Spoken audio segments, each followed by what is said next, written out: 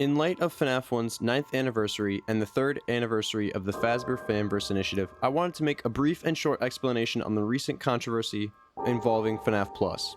Do not send hate to anybody mentioned in this video. All I want to do is give my thoughts and opinions on FNAF Plus, the controversy surrounding its creator Phisnom, aka Philmorg, and the game's development history and its eventual cancellation. Obvious content warning about gore and death threats. This video is just to touch on what happened. Again, do not harass anybody mentioned in this video. But without further ado, let's talk about FNAF Plus. FNAF Plus was just another fan game announced in 2020 alongside Five Nights at Candy's 4, the Joy of Creation Ignited Collection, One Night at Flumpty's 3, and Pop Goes Evergreen. The Fanverse initiative was created by Scott to fund future developers and help them make great games as a way of giving back to the community. Although I don't think he expected all the controversy after his eventual retirement. Headed by Phisnom, FNAF Plus started development immediately with 8 short VHS style videos coming out a few months after the game's announcement, eventually ending with a Steam wishlist trailer 2 years later. The game was supposed to be a remaster and reimagining of the first game, improving the gameplay, adding to the gameplay, and overall making it a unique version of Five Nights at Freddy's 1. Occasionally, Phisnom would update fans in streams about the game's progress, but nothing too serious or too major. Eventually, the updates got less and less frequent, and the game's development was pretty much behind closed doors. Fans wondered if the game was ever going to be released when a rip-off fan game was released by Lost Paw Play on Telegram. Although most people enjoyed the fan game, others despised it. But it did make some careers in pop-off amazing channels such as Peppy, Vluto, and my friend Balin Todd. 3 years went by and the game wasn't really shown or talked about anymore. Although Phisnom did make a Reddit post answering questions people had about the game in February of 2022. We knew all about the game's features and gameplay. Phisnom talked about the graphical polishing and extra features it needed, but that was a year ago. There was still no release date in sight. Was the game still being worked on? Was it ever going to be released? Was the game even close to being finished? Phisnom wasn't really talking about the game publicly unless it was on stream, where he also voiced his opinions on the main games, mainly Security Breach and its DLC, which we'll get into later. Phisnom also had a past of developing FNAF fan games when he developed FNAF 2 open source, aka another FNAF fan game, which was taken down because Scott said it was FNAF 2 but better and free, which prompted Scott to ask Phisnom to make a fan game under the Fanverse initiative, which spawned FNAF Plus's creation and announcement as one of the first under the initiative. Phisnom has never been one to hide how he truly feels about the franchise, with FNAF Plus being the last project being worked on him revolving the game series. He has subbed publicly how he dislikes Security Breach and seems to dislike where the games are heading, making a Twitter post detailing what he did not like about Security Breach and FNAF as a whole. With us talking about Security Breach, I wanted to talk about the controversy, the backlash, and the response. Phisnom is one of those people like myself who makes and has made dark jokes. He was recently involved in a controversy with another known user as Golden Rabbit, who made a joke tweet regarding Phiznom's opinions on Security Breach's DLC, saying, "Can we all tweet this after FNAF Plus releases? It's only right," when Phisnom called the DLC boring. Even though this tweet is obviously a joke and isn't made to be taken seriously, Phisnom fans took it too far and sent death threats and gore videos to the user to the point where they had to turn off their private DMs. They turned them back on just to be met with more gore videos and death threats, having to turn them off again. Trying to reach out to Phisnom through an alt, Golden Rabbit's tweets were seen by Phisnom himself, and they were then blocked by Phisnom. Phisnom made several jokes and tweets trying to lighten up the situation, but it was too little too late.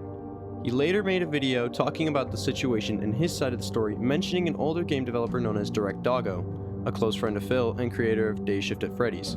Direct Doggo made a tweet about Phisnom not taking action, and instead he was joking about it. Phisnom responded by saying he would take action and considered anyone who sent those death threats and gore not an actual fan, and he would block them and ban them from his community. Even though he apologized, it was half-hearted, half-assed, and he didn't take full responsibility for what happened. His fans even doxed the user in their private DMs. People then tried to reach out to Scott regarding Phiznom's behavior. Although Scott himself hasn't said anything publicly, the FNAF Plus Steam page has been hidden or removed after removing Phisnom from the developer list, and Phisnom has removed all games and I think tweets regarding FNAF as per contract. He has also been unfollowed by the official FNAF Plus Twitter account and removed from the bio. He has also announced that he was terminated from the Fazbear initiative and can no longer talk about FNAF as a whole, including FNAF Plus. Another user known as Minaxa made a video talking about the controversy as well. King Carter, another fanverse developer, made tweets regarding the fanverse as a whole, talking about the games that were going to come out and the games that have come out. Enough about the controversy. I wanted to talk about what I think. Phisnom isn't a bad person at all. Making jokes over a serious situation is normal for people. It's my way of coping with serious things, so I understand. Although, I don't think he's clean either.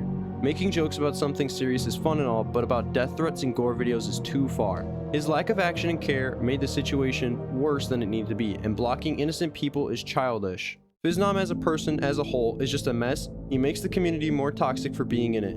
I don't care what all the Phisnom fans say. Him being removed from FNAF Plus and FNAF as a whole is a great thing, and even though we lost a good game, we lost a shitty person as well. Now, I did say this would be an unbiased opinion, and so far I've been just shitting on Phisnom, and that's not right. The guy has contributed a lot to the franchise. Open Source is an amazing remake of FNAF 2 that had a lot of potential, and FNAF Plus could have been amazing. His previous fan games have also been amazing. Shadow Over Freddy's is a great take on fan games. Pork Chop's Adventure is a cool idea of an arcade game.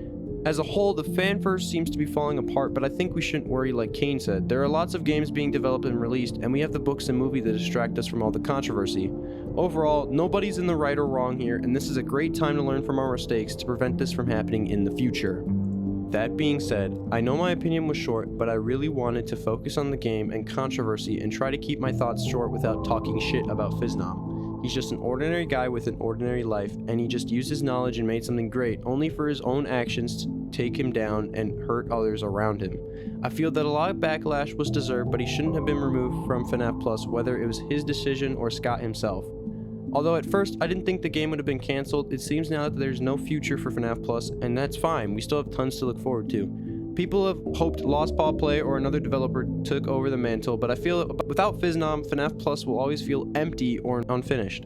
And I hope you guys enjoyed today's video. I know it's different from what I normally post, but I thought I'd talk about the situation considering I'm a FNAF YouTuber, and I had a lot of fun writing the script.